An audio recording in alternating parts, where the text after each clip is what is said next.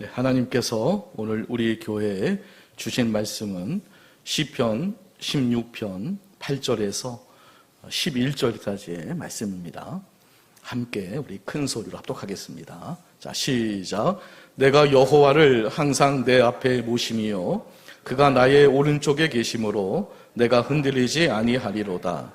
이러므로 나의 마음이 기쁘고 나의 영도 즐거워하며 내 육체도 안전히 살리니 이는 주께서 내 영혼을 수월에 버리지 아니하시며 주의 거룩한 자를 멸망시키지 않으실 것임이니이다.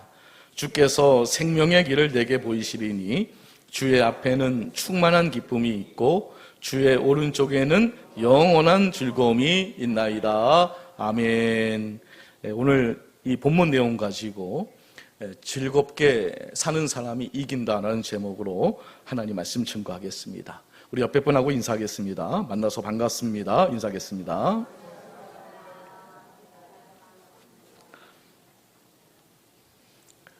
제가 질문을 좀 한번 해볼게요.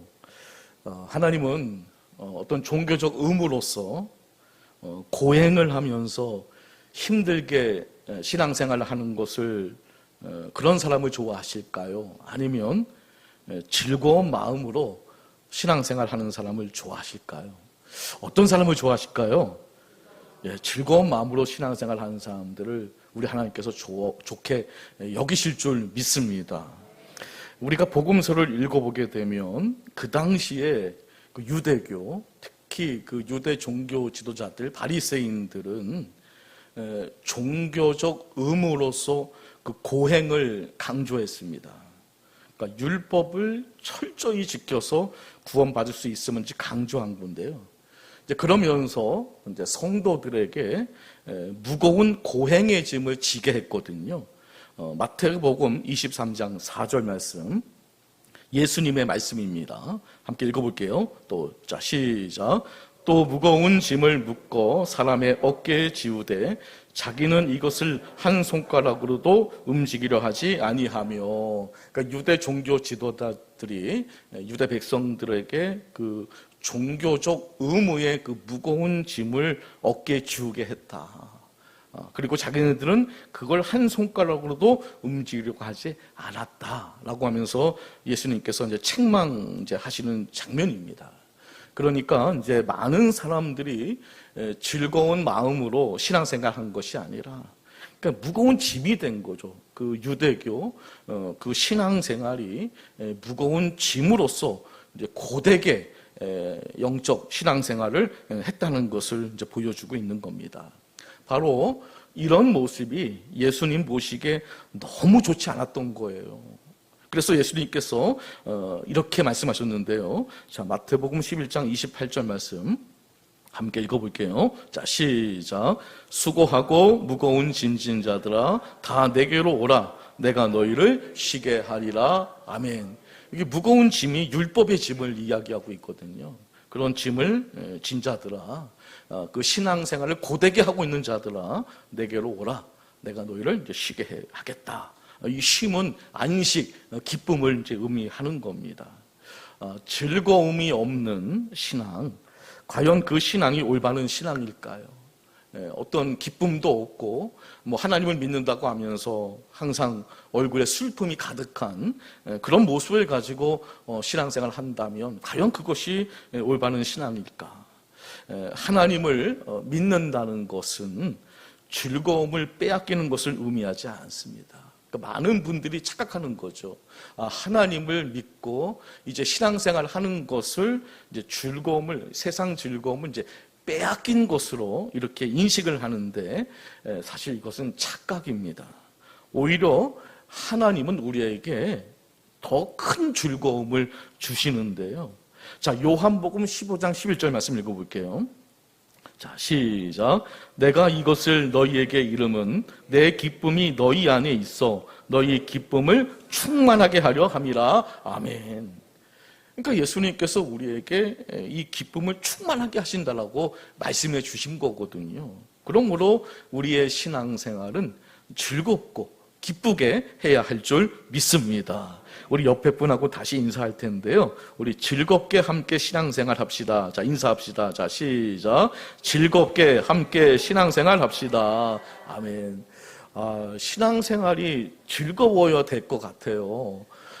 교회 나왔는데 뭐 즐겁지도 않고, 또 예배 시간이 즐겁지도 않고, 또 성도 간의 교제도 즐겁지도 않다면 도대체 우리가 어디 가서 즐거움을 찾을 수 있을까요? 저는 우리 교회가 이렇게 만나면 즐겁고, 또 함께 예배 드리면 즐겁고, 교회 일하는 그 모든 것들이 정말 즐거운 그런 신앙생활이 될 수 있기를 축복합니다. 자, 그러면 어떻게 해야 즐거운 인생, 또 즐거운 신앙생활이 될 수 있을까? 첫 번째, 우리는 즐거움에 초점을 맞출 필요가 있습니다.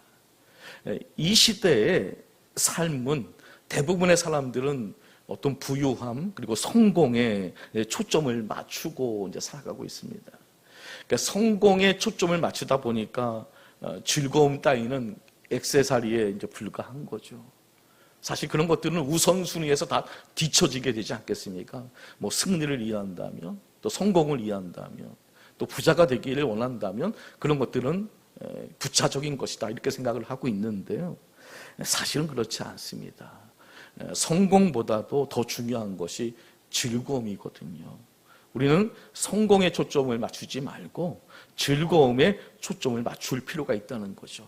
자, 마태복음 6장 34절 말씀을 함께 읽어볼게요. 자, 시작.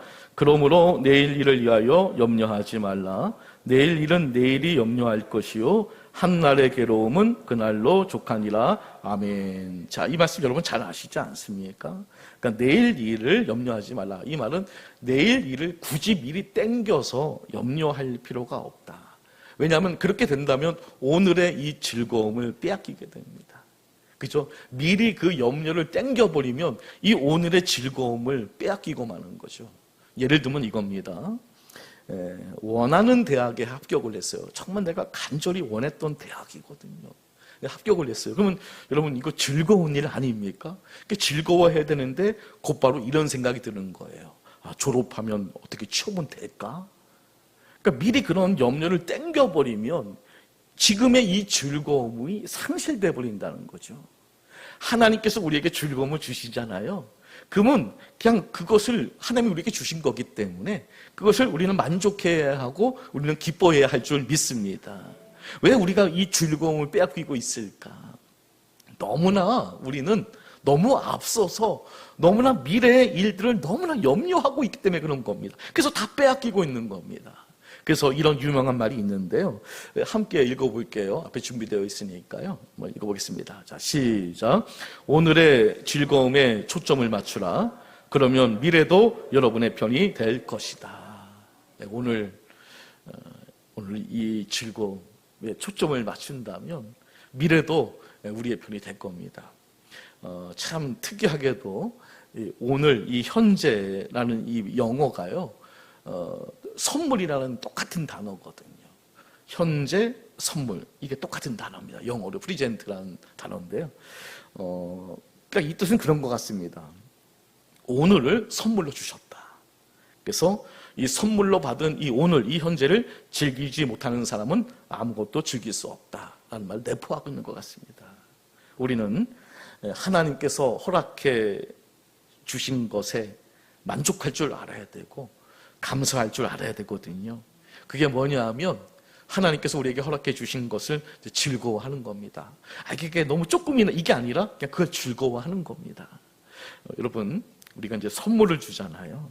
그러면 우리가 언제 기쁠까요? 선물을 줬을 때 우리가 언제 기쁠까요? 그 상대방이 그 선물을 받고 굉장히 막 기뻐하고 즐거워할 때 우리가 그 선물을 줄 때 정말 너무나 감동이 있고 또 기쁘지 않겠습니까? 선물을 주었을 때 그 선물을 준 사람에 대한 그 가장 큰 예의는 바로 즐거워하는 것 아니겠습니까? 하나님은 우리에게 많은 것들을 선물로 주셨거든요. 그렇다면 우리는 그 주신 것에 그 즐거워할 수 있는 것에 우리는 초점을 맞출 필요가 있다는 것이죠. 특별히 오늘 이 하루도 주님께서 선물로 주셨는데요. 그러니 우리는 이 하루를 어떻게 살아야 될까요? 선물로 주셨으니까 즐겁게 살아야 할 줄 믿습니다. 주님이 주셨으니까요. 그것이 선물을 주신 하나님께 대한 예의예요.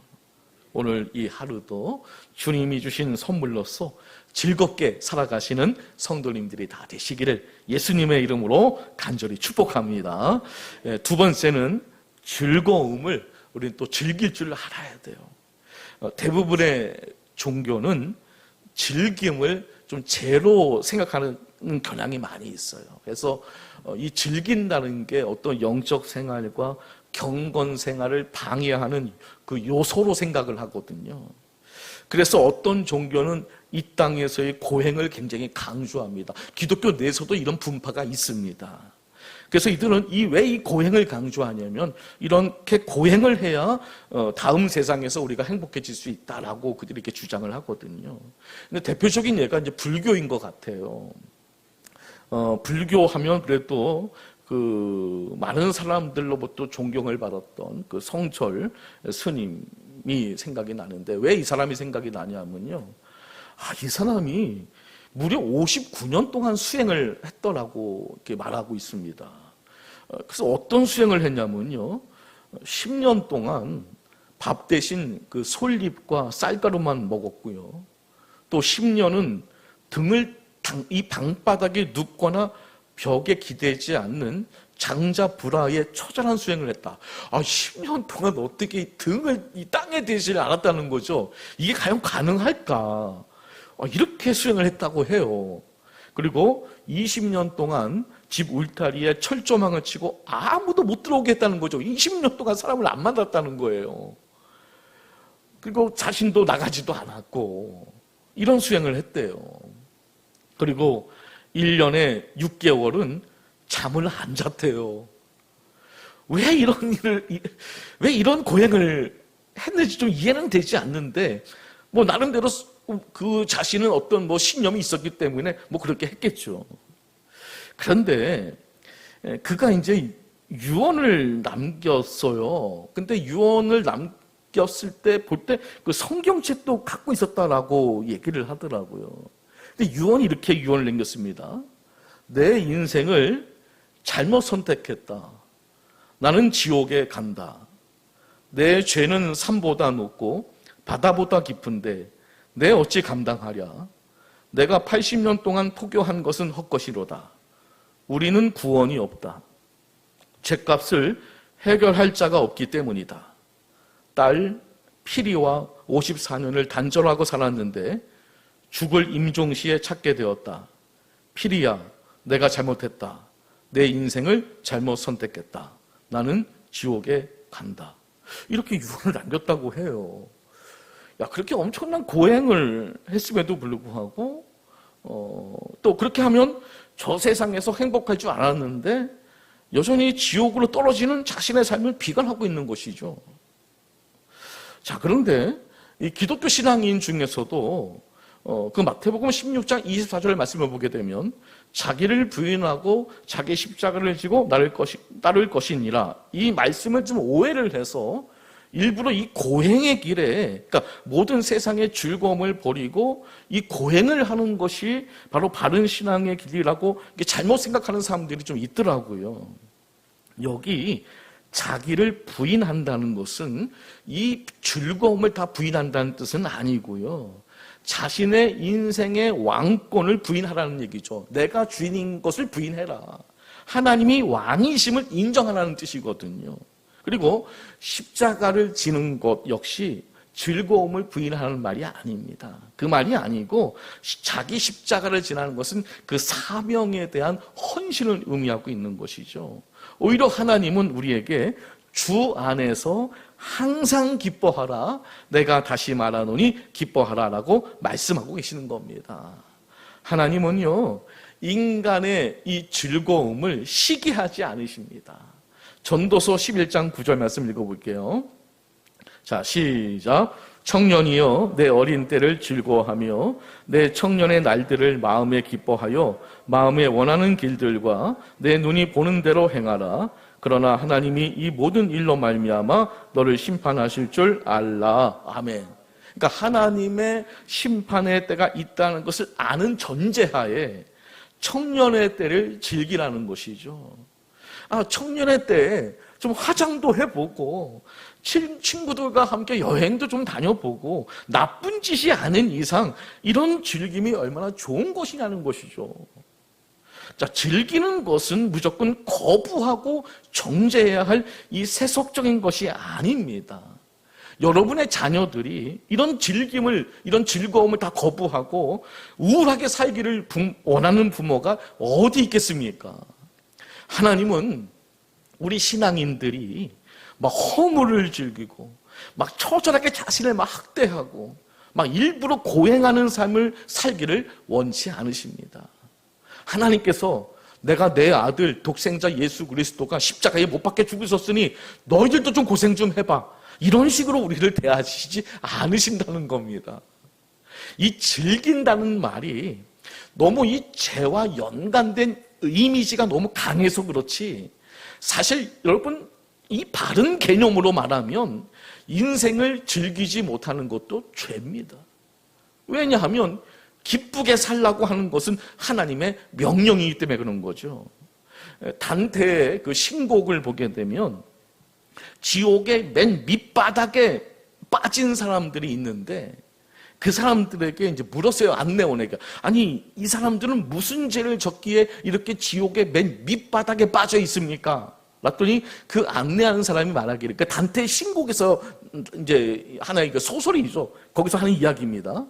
다른 죄가 아니라 이 사람들은 세상에 살 때 믿는다고 하면서 기쁘게 살지 못하고 늘 우울하게 한숨만 쉬며 산 죄 때문에 여기에 왔습니다. 그러니까 이 단테는 이게 우리가 믿는다고 하면서 우리가 신앙생활을 기쁘게 하지 못하는 것, 기쁘게 살지 못하는 이 신앙생활을 큰 죄로 여겼다는 거죠.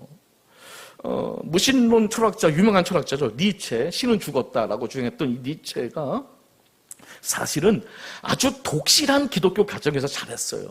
그 부모님이 아주 독실한 기독교 신자였거든요. 근데 왜 이가 이 무신론에 빠졌는가? 그 원인이 뭐냐면 이거였습니다. 교회를 나갔는데, 그리고 신앙생활을 하는 사람들을 봤을 때 도저히 그들에게서 어떤 예수를 믿을 필요성을 느끼지 못했대요. 왜냐하면 예수님을 믿으면서도 전혀 그들에게서 기쁨의 요소를 못 찾았다는 거예요. 저렇게 신앙생활을 하는데도 불구하고 기쁨이 없다면 내가 왜 예수를 믿어야 되냐? 이게 회의감이 들어서 그가 이제 무신론자가 됐다는 거죠. 아프리카에서 한평생 보낸 그 슈바이처 박사가 이런 말을 했습니다. 물 없는 강처럼 기쁨이 없는 그리스도인, 기쁨이 없는 신앙, 기쁨이 없는 사랑이 세상을 피곤하게 만든다. 우리 교회를 지금 피곤하게 만드는 게 뭡니까? 기쁨이 없는 거죠. 이게 우리를 피곤하게 만드는 거예요. 비관적인 인생관, 염세주의 철학을 가지고 모든 것을 비판하고 비관하고 부정하고 거부하는 이 잘못된 이 신앙 태도를 우리는 버려야 됩니다. 우리가 하나님께서 우리에게 주신 이 인생을 그 하나님의 허락하에 즐길 줄 아는 것도 성숙한 신앙인의 모습이라는 것입니다. 사치가 아닙니다. 주님이 주신 것 안에서 즐길 줄 모르는 신앙이 오히려 이게 더 큰 문제인 겁니다. 인생은 한없이 아름답고 풍성하며 사람에게 다양한 어떤 기쁨과 미와 행복의 아름다운 향연을 이 세상은 베풀어주고 있습니다. 우리 생애는 부모의 사랑이 있고요, 친구의 우정이 있고, 연인의 미소가 있습니다. 여행의 낭만이 있고요, 학문의 즐거움이 있습니다. 예술의 기쁨이 있고 신앙의 기쁨이 있습니다. 취미의 낙이 있고요, 독서의 행복이 있고요, 스포츠의 신바람이 있습니다. 영화의 재미가 있고요. 이 모든 즐거움은 하나님이 주신 거거든요. 이 모든 것도 다 하나님의 은혜인 줄 믿습니다. 전도서 9장 9절 말씀 읽어볼게요. 자, 시작. 내 헛된 평생의 모든 날, 곧 하나님이 해 아래에서 내게 주신 모든 헛된 날에 내가 사랑하는 아내와 함께 즐겁게 살지어다. 그것이 내가 평생의 해 아래에서 수고하고 얻은 내 몫이니라. 아멘. 신앙을 핑계로 사랑하는 아내와 즐겁게 사는 것까지 포기하는 것, 이게 하나님이 원하시는 게 아니에요. 진정한 신앙은 사랑하는 아내와 함께 즐겁게 사는 게 그게 진정한 신앙입니다. 그러므로 주님이 허락하신 이런 즐거움들을 우리는 즐길 줄 알아야 됩니다. 주님이 우리에게 줄로 재워주신 기업이 있습니다. 다 각자마다 줄로 딱딱 재워주셨어요. 이건 내가 너에게 준 기업이다. 이 기업 안에서 이런 즐거움을 누리며 살아가시기를 예수님의 이름으로 간절히 축복합니다. 마지막 세 번째는 우리는 주 안에서 즐거워해야 합니다. 빌립보서 4장 4절 말씀 읽어볼게요. 자, 시작. 주 안에서 항상 기뻐하라. 내가 다시 말하노니 기뻐하라. 아멘. 자, 즐거움을 누리는 방법은 여러 가지가 있습니다. 세상 사람들처럼 어떤 세상의 어떤 오락을 통해서 즐거움을 얻을 수 있고, 어떤 사람은 또 마약을 통해서 즐거움을 얻을 수 있고, 소비를 통해서, 어떤 성취를 통해서, 나눔을 통해서, 관계를 통해서, 성찰을 통해서, 이렇게 즐거움은 다양한 방법을 가지고 우리가 얻을 수 있는데요. 그러나 이 즐김이 정당하다고 해서 자신의 이 즐김을 위해 죄를 즐김의 도구로 삼아서는 안 됩니다. 그런 즐김은 짧고 후에만 결국 남게 됩니다. 어떤 세일즈맨이 한 수도시를 지나가는 중에 집 앞 흔들 의자에 앉아있는 노인을 보았습니다. 근데 그 세일즈맨은 그 노인이 너무나 행복해 보이는 거예요. 그래서 다가서 물었어요. 아니, 세상 일이야 어쨌든 즐거워 죽겠다는 표정이시네요. 행복의 비결이 뭔가요? 그 노인이 이렇게 말하는 거예요. 난 하루에 담배 6갑을 피우고 4시간에 위스키 1리터씩 들이킨다고, 맥주도 일주일에 6상짝씩 마음껏 마시고 씻지도 않고 매일 저녁 놀러 다니지. 놀란 세일즈맨이 말했습니다. 야, 참 그거 대단하네요. 연세가 어떻게 되십니까? 노인이 답했습니다. 25살이요. 그랬대요. 우리는 주님이 주신 이 땅의 즐거움을 누릴 줄 알아야 됩니다. 그러나 또한 우리가 또 생각해야 될 게 뭐냐? 이 땅의 즐거움은 영원하지 않습니다. 그리고 성경은 그 끝에는 슬픔과 근심이 있다라고 말하고 있거든요. 잠언서 14장 13절 말씀 읽어볼게요. 자, 시작. 웃을 때에도 마음에 슬픔이 있고 즐거움의 끝에도 근심이 있느니라. 아멘. 세상의 즐거움, 우리가 주님이 주신 것 안에서 이걸 우리가 누려야 되지만 또 우리가 꼭 기억해야 될 것은 뭐냐? 이것은 영원하지 않습니다. 영원하지 않습니다. 솔로몬은 이 세상에서 다짐을 하죠. 내가 한번 즐겁게 살아보리라. 자, 전도서 2장 1절 말씀 읽어볼게요. 자, 시작. 나는 내 마음에 이르기를, 자, 내가 시험 삼아 너를 즐겁게 하리니 너는 낙을 누리라 하였으나 보라, 이것도 헛되도다. 그러니까 솔로몬이 다짐을 했어요. 내가 한번 즐겁게 살아보자. 뭐 인생 뭐 있어? 한번 내가 즐겁게 살아보자. 그래서 이 전도서 2장 1절 이하에 보게 되면 솔로몬이 이제 추구했던 그 즐거움이 쫙 열거가 나와요. 크게 세 가지로 볼 수가 있는데, 하나는 쾌락이었어요. 음악, 춤, 술, 재미있는 이야기, 재치, 문답, 이런 것들로 이제 쾌락, 활락을 즐겼어요. 그리고 두 번째는 건물 건축 공사였어요.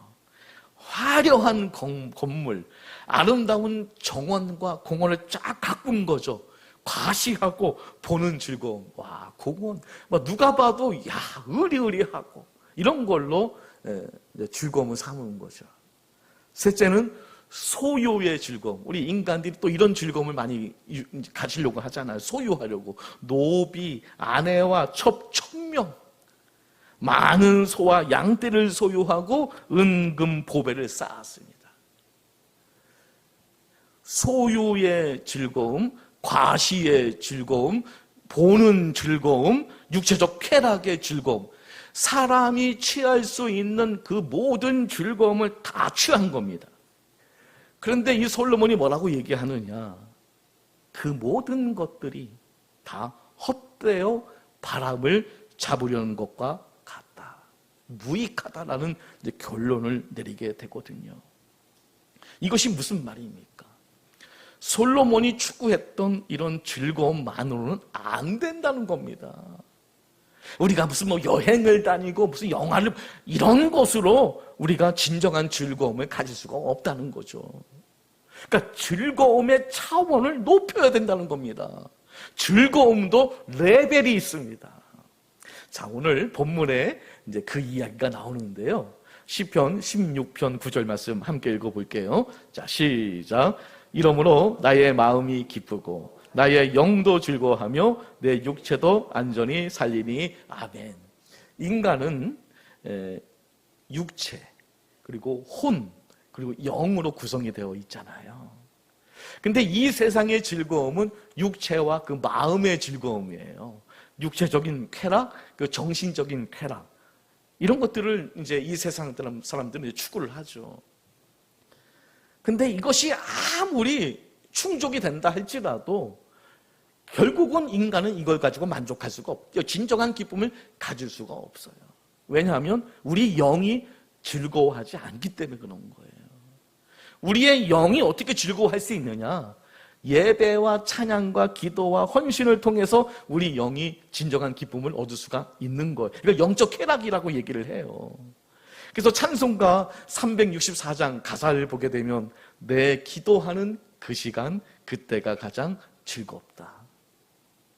솔로몬의 그 추구한 그 즐거움은 육체와 마음의 즐거움이었어요. 어떻게 하면 내 육체를 즐겁게 해주냐, 어떻게 하면 내 마음을 즐겁게 해주냐, 여기에 집중한 거예요.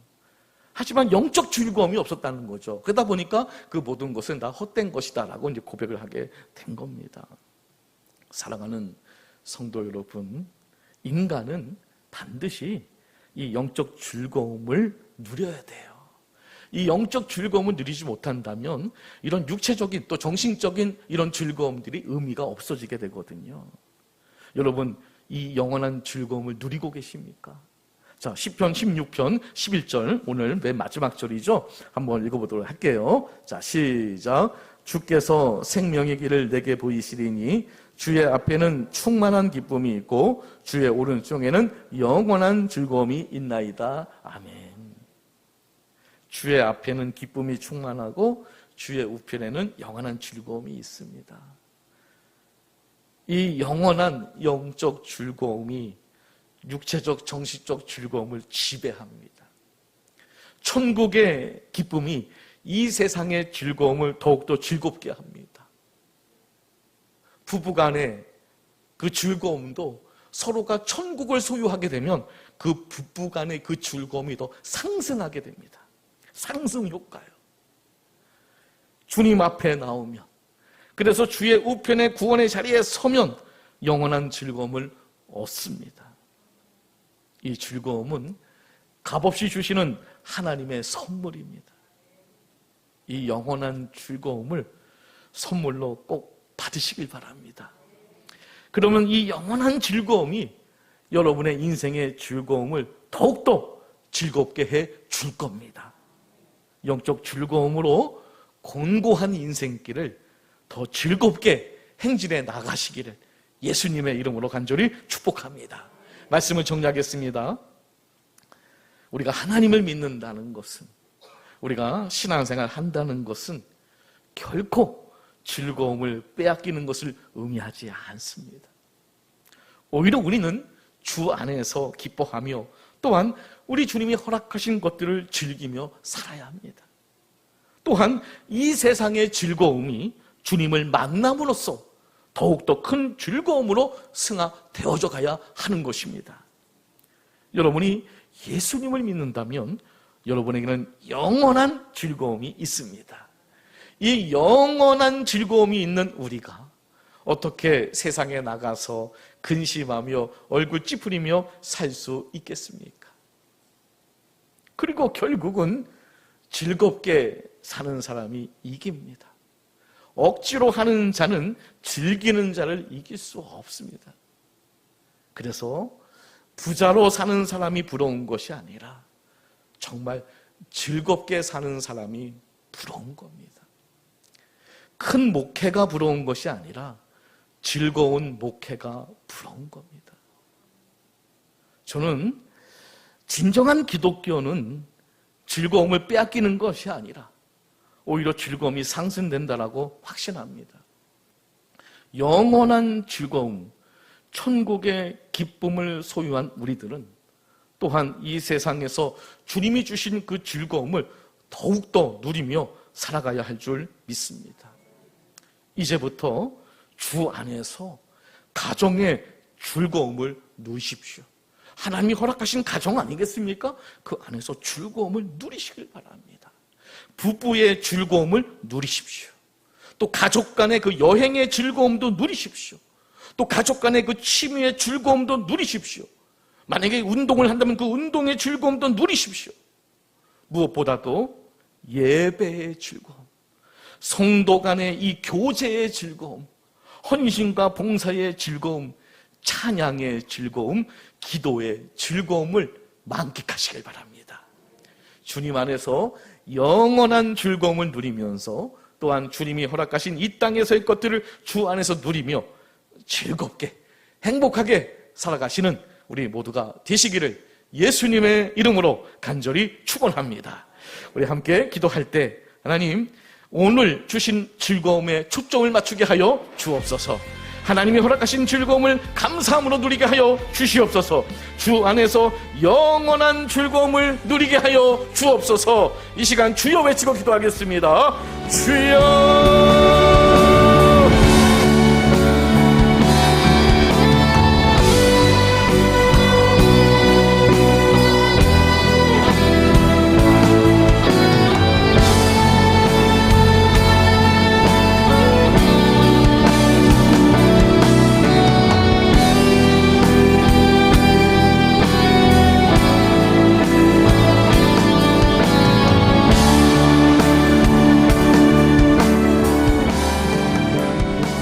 은혜와 기쁨의 주님, 오늘도 우리에게 영원한 즐거움의 약속을 주시니 감사를 드립니다.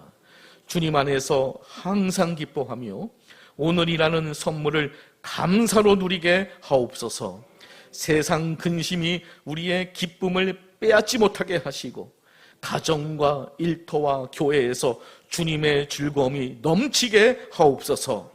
순간적 쾌락이 아닌 주의 임재 속 충만한 기쁨을 소유하게 하시고 그 기쁨으로 세상의 복음을 증거하게 하옵소서. 근심의 얼굴이 찬송의 얼굴로, 탄식의 입술이 감사의 입술로 변화되게 하시고 우리의 삶 전체가 기쁨의 간증이 되게 하옵소서. 예수님의 이름으로 간절히 기도드립니다. 아멘.